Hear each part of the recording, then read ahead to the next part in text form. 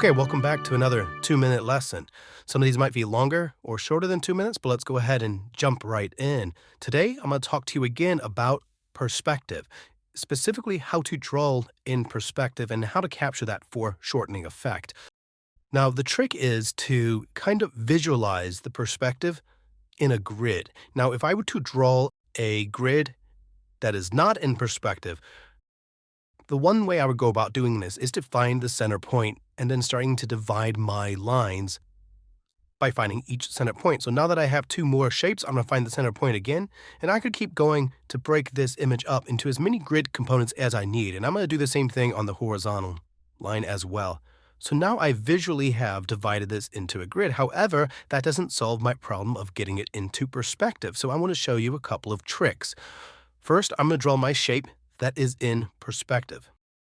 Now, finding the middle point for my horizontal lines is going to be the same technique. I'm going to find the middle point of this line, and I'm going to find the middle point of this line, and I'm going to connect the two.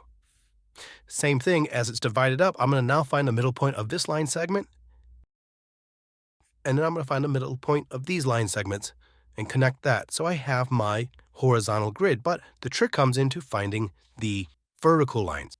In order to do this, I am going to connect a dot between the corners of my grid. And when I draw the line, I will make an X. And when I make an X, that middle of the X becomes the middle point of my grid in perspective. So I know that this is the exact middle of this shape. I can do that again. I can take this point and this point with this shape right here and draw another X. And what I will do is I will divide that shape into half, and then again with this one, I have my vertical lines for my grid. And notice how I get that foreshortening effect.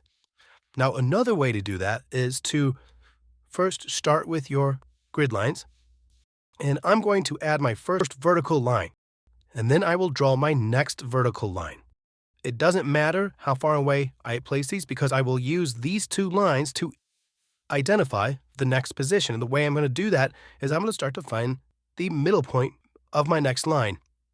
And this is where the trick comes in. I'm going to find the bottom point and the middle point, and I'm going to connect those 2 points with a straight line, and I'm going to go all the way to my top perspective line. From here, that is the next line that I draw. So I will draw that straight down. I'll do that again, find the middle point, and go back to the previous line, find the bottom point, and draw a straight line that connects to the top of my perspective. And I can keep doing that. In fact, you can do it on the fly by tracing your pencil, going down, coming back, tracing your pencil through the middle point, coming down, going back, tracing your pencil through the middle point, going down, and coming back. So it's a pretty easy way to draw in perspective.